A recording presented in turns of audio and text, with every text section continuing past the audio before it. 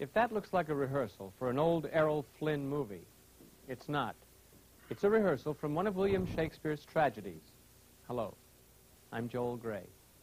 To millions and millions of people for over 400 years, Shakespeare has meant plays filled with action, romance, love, intrigue, and comedy. No writer in the history of the world has had the impact on the world of arts and letters as has Shakespeare. Today, some of the most illustrious stars in the theater, movies, and television have gathered together to entertain, to inform you, to make you laugh, and perhaps even cry a little. All of our guests have two things in common. We all love Shakespeare, and they've all played at various times in their careers at the American Shakespeare Theater in Stratford, Connecticut. Fred Gwynne in a scene from Thornton Wilder's Our Town. Over here are the old stones. 1670, 1680. Strong-minded people who've come a long ways to be independent. Some of people walk around there laughing at funny words in the tombstones. It don't do any harm. And genealogists come up here from Boston, get paid by city people for looking up their ancestors. They want to make sure their daughter's the American Revolution and the Mayflower. Well, I guess that don't do any harm either. Wherever you come near the human race, there's layers and layers of nonsense. Over here, there's some Civil War veterans. Iron flags in their graves. New Hampshire boys. Had a notion that the Union ought to be kept together, though they'd never even seen more than 50 miles of it themselves. All they knew was the name, friends. The United States of America. The United States of America. And they went and died about it. This here is the new part of the cemetery. There's your old friend, Miss Gibbs, and Mr. Stimson, organist at the Congregational Church, and Mrs. Soames, who enjoyed the wedding so much, remember? No, and a lot of others. Yes, an awful lot of sorrow has sort of quieted down up here. People just wild with grief have brought their relatives up this hill, and then time and sunny days, rainy days, snow. We all know how it is. Now, there are some things we all know, but we don't take them out and look at them very often. We all know that something is eternal. And it ain't houses, it ain't names, it ain't earth, and it ain't even the stars. Everybody knows in his bones that something is eternal. And that something has to do with human beings. All the greatest people ever lived have been telling us that for 5,000 years. Yet you'd be surprised how people are always letting go of that fact. There's something way down deep that's eternal about every human being. You know, the dead don't stay interested in us living people for very long. Gradually they let go hold of the earth and the ambitions they had and the pleasures they had and the things they suffered and the people they loved. They get weaned away from the earth. That's the way I put it. Weaned away. Yes, they stay here while the earth part of them burns away, burns out. And all that time they slowly get indifferent to what's going on in Rover's Corners. They're waiting. They're waiting for something they feel is coming. Something important and great. Aren't they waiting for the eternal part in them to come out clear? Some of the things they're going to say maybe will hurt your feelings, but that's the way it is. Mother and daughter, husband and wife, enemy and enemy, money and miser, all those terribly important things kind of grow pale around here. And what's left? What's left when memory is gone and your identity? Mrs. Smith. 1956, the second year of the American Shakespeare Theater, the noted actor Morris Carnovsky began his Shakespearean career, and today is one of the truly great Shakespearean actors of our time.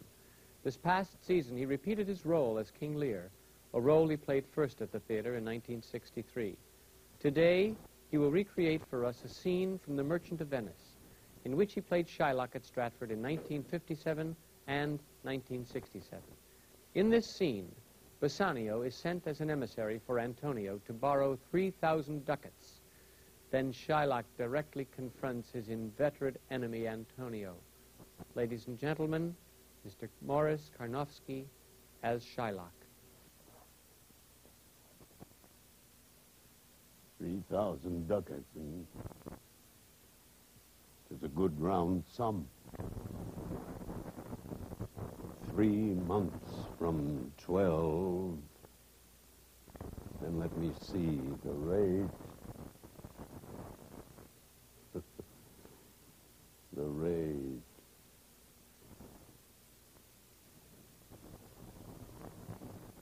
Signor Antonio, many a time and oft in the Rialto, you have rated me about my monies and my usances. Still have I borne it with a patient shrug, for sufferance is the badge of all our tribe.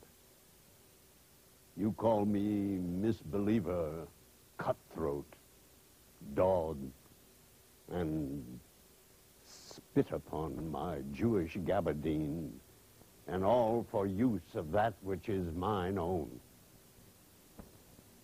Well then, it now appears you need my help. Go to then, you come to me and you say, Shylock, we would have monies. You say so. You that did void your room upon my beard and foot me as you spurned a stranger cur over your threshold. Monies is your suit. Eh? Well, what should I say to you? Should I not say hath a dog monies? Is it possible a cur can lend 3,000 ducats? Or shall I bend low and in a bondman's key with bated breath and whispering humbleness say this? Fair sir, you spit on me on Wednesday last. You spurned me such a day. Another time you called me dog. And for these courtesies, I lend you thus much money. Look you how you storm. I would be friends with you and have your love. Forget the shames that you have stained me with. Supply your present wants and take no doit of usance for my monies, and you'll not hear me. This is kind I offer. This kindness will I show. Go with me to a notary. Seal me there your single bond, and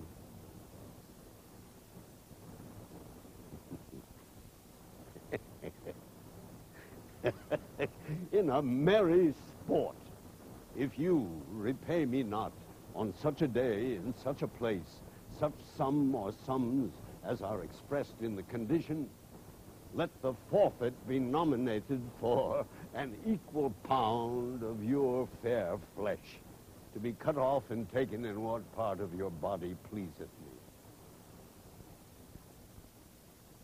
me. Father Abram, what these Christians are, whose own hard dealing teaches them suspect the thoughts of others. I pray you, Signor Bassanio, if he should break his day, what would I gain by the exaction of the forfeiture? A pound of man's flesh taken from a man is not so estimable, profitable neither, as flesh of muttons, beefs, or goats. I say to buy his favor, I extend this friendship. If he will take it, so. If not, adieu. And for my love, I pray you, wrong me not. Then meet me forthwith at the notary's. Give him direction for this merry bond, and I will go and purse the ducat straight. See to my house, left in the fearful guard of an unthrifty knave, and presently I will be with you.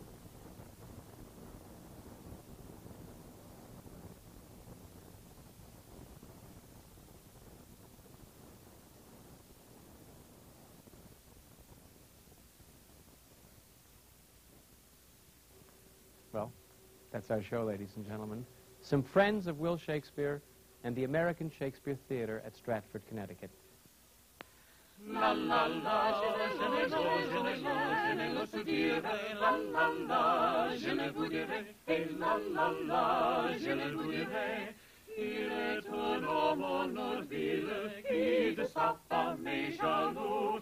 Il n'est pas jaloux sans cause, mais il est cocu du tout. Et la la la, je ne l'ose dire, la la la, je ne vous dirai, et la la la, je ne vous dirai.